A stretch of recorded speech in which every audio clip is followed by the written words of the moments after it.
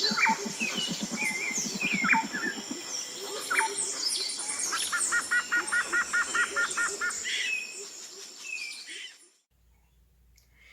everyone, welcome back to my channel, Butterfly Ivy the Nature Witch. So today I'm going to be introducing one of my mini-series that I'm currently in the plans of making, and this one is Defensive Magic 101. Basically this is any magic that you do to protect yourself from anything negative or harmful. So today I'm going to be laying the groundwork of that channel by going over the basics, your first line of defense. So the first and most important thing that needs to be done in terms of this system, because this system acts as your early alarm system, and don't get me wrong, things can still come through these systems, but it's nice to have them to bounce away the more minor stuff. That way you're not constantly dealing with things. The first and most important step is energy cleansing and maintenance. I've already went over this in a previous video, and I'll leave a link here so you can check that out.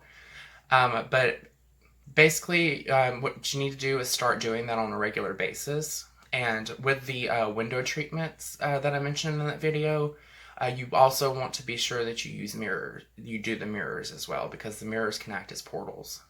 So it's important to have them kind of not blocked off, because you don't want to restrict access to your guides. But you also don't want just anything to come through, so you can do something to make sure that nothing negative can come through. The next step is land blessing. And what I mean by land blessing, it's a whole thing. I'll make a video on it at some point, but I'll just go over the basics of it here. Basically what you do with land blessings is there's many different ways to do it, and it's kind of a multi-layered thing. The first and foremost is to make sure your land is clean of trash and debris. Basically, if you take care of the land will take care of you in return. Because not a lot of people get this, but the way you keep your land and your home in general really reflects how much positive or negative things are coming at you. It works kind of like this. People drive by your house every day. If they see your yard is really trashy, it has a lot of trash, the grass ain't been cut in forever, then people automatically think, ugh, that's so ugly. I wish they would just do something about it. And that's a curse. It's not an evil curse, but they're cursing you. They're cursing your name, and they're projecting negative energy onto you in that way. And it works quite the opposite too, because if you keep your yard really nice, you keep your house really pretty, when people come by, they're like, oh, that's such a pretty house, I love their garden. They're giving you blessings then. So that's a very important step. Also, the plants that you have on your land can affect things. For example, if you plant certain plants like rosemary at your front door, it prevents some negativity from entering the home. So I personally have some rosemary planted right next to my front steps for that exact purpose. Moving on, also you can take angelica root and make a barrier around your home, and I would do that about once a month. That really helps. So going closer into the house, but not all the way into the house, you need witch's bells. These hang on your front and back door, if you have a back door. And basically what they do is they repel negative spirits, and they keep negative spirits out. Also, it's really weird if you're a practicing witch. For example, my door is, I have my front door that these hang on, and then there's a glass door in front of it. So there's no way that wind should be able to move these when the door isn't open. But every now and then I'll hear for no reason. So it tells me that they're working. Alright.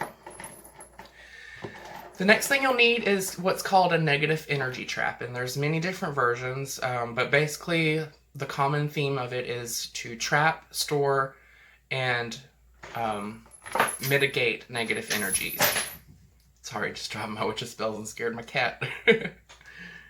But here's mine. This is, and I'll show you how to make this in a later video, but basically what I have in here is things that attract negativity, and once it attracts the negativity, it traps it, so it can't get out. And then you just set this in your windowsill, somewhere in the sun, because you have lots of sparkly things in there, like broken glass and glitter and stuff of that nature. Because when the light hits it and reflects off the sparkly things, it kind of blinds the eyes of the negative entities that wish to enter your home. So these are always really good to have, some sort of energy trap. Alright, and the next and final thing is a broom. I have my lovely cinnamon broom. And you want a broom for each door of the house. So I have 2. Well, actually I have 3. One hangs on my altar room door. But basically you want to keep a broom downside up, like it's getting ready to be swept, so the handle up, and set it by the door. This keeps negative people or unexpected visitors from coming quite as frequently, and if they do come, they never stay as long as they normally would. So this is always really good to have. So yeah, that's your first line of defense in defensive magic. This will keep a lot of the minor stuff at bay. That way, like I said, you're not constantly dealing with things. Because it can be quite tiring when every week you're facing something different, and this kind of cuts that down. Because honestly, since I've started doing this, I've only had to deal with stuff once every 6 months or so. So that's always good to have that peace of mind and that rest. That way you can focus your efforts on your magical efforts more towards your personal growth and personal power rather than just your defense. Well, that's all I have for this video. And always remember, if you take care of nature, nature will take care of you.